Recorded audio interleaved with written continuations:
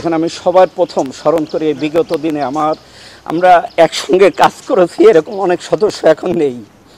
আসলে আমরা এখানে হৃদয় আমাদের ভারাক্রান্ত। আমি এই পুলিশে আজ 23 বছর একসাথে কাজ করেছি। কিছুদিন আগেও আমার থানায় ছিল, সে আজকে নেই। আসলে আমাদের পুরো পরিবার, আমার পুরো পুলিশ সদস্য, আমরা সত্যিকারের ট্রমাটাইজড।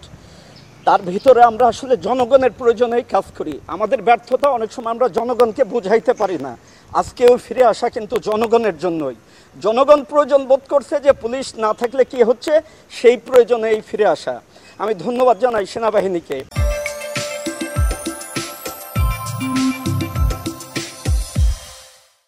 সত্যিকারে তারা বিশেষ করে তেজগাঁ এলাকায় বিগত দিনে এবং ঠিক যখন সারা বাংলাদেশের জ্বালাও পোড়া হচ্ছিল, তারা একেবারে কোনো একটা স্বর্গীয় দূত হিসেবে এই থানার গেটে দাঁড়িয়ে তারা আমাদের রক্ষা করছে।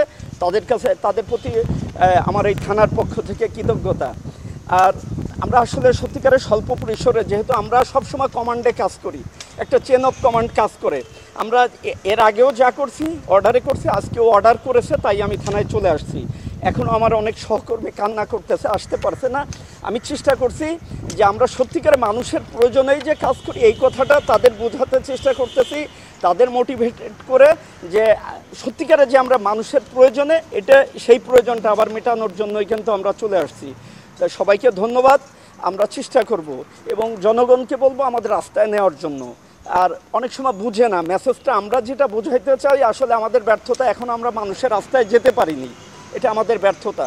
তো আমরা চেষ্টা করে যাচ্ছি যে আমরা অস্বীকার করব না যে এটা আমাদের অনেক ভুল বা ব্যর্থতার কারণে এই পর্যায়ে আজকে আমরা এইগুলো ওভারকাম করে আগামী দিনে সত্যিকারে মানুষের প্রয়োজনে যাতে এই বাহিনী থাকতে পারে, আমি যে কয়দিন আছি বা আমার যে সহকর্মীরা আছে তাদের নিয়ে আমরা এই সেবাগুলো অব্যাহত রাখার চেষ্টা করব। সম্মানিত নাগরিকদেরকে একটা অনুরোধ করছি যে এই থানা আপনার পরিচয়।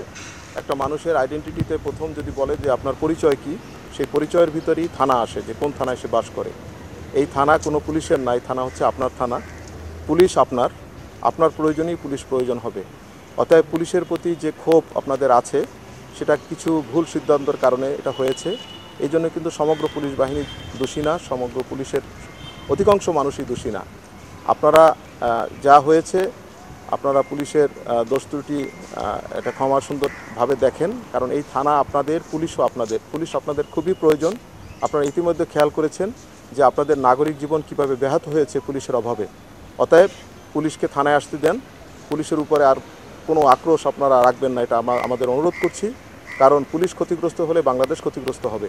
পুলিশকে আবার নতুন ফরমেশনে আনার জন্য কাজ করার আপনাদের পরিবেশ তৈরি করে আপনাদেরকে দিতে হবে।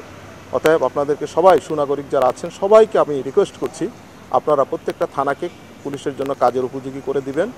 আমি আপনাদের মাধ্যমে আমাদের দেশের সকল সম্মানিত নাগরিকদেরকে আমি এই অনুরোধ করছি।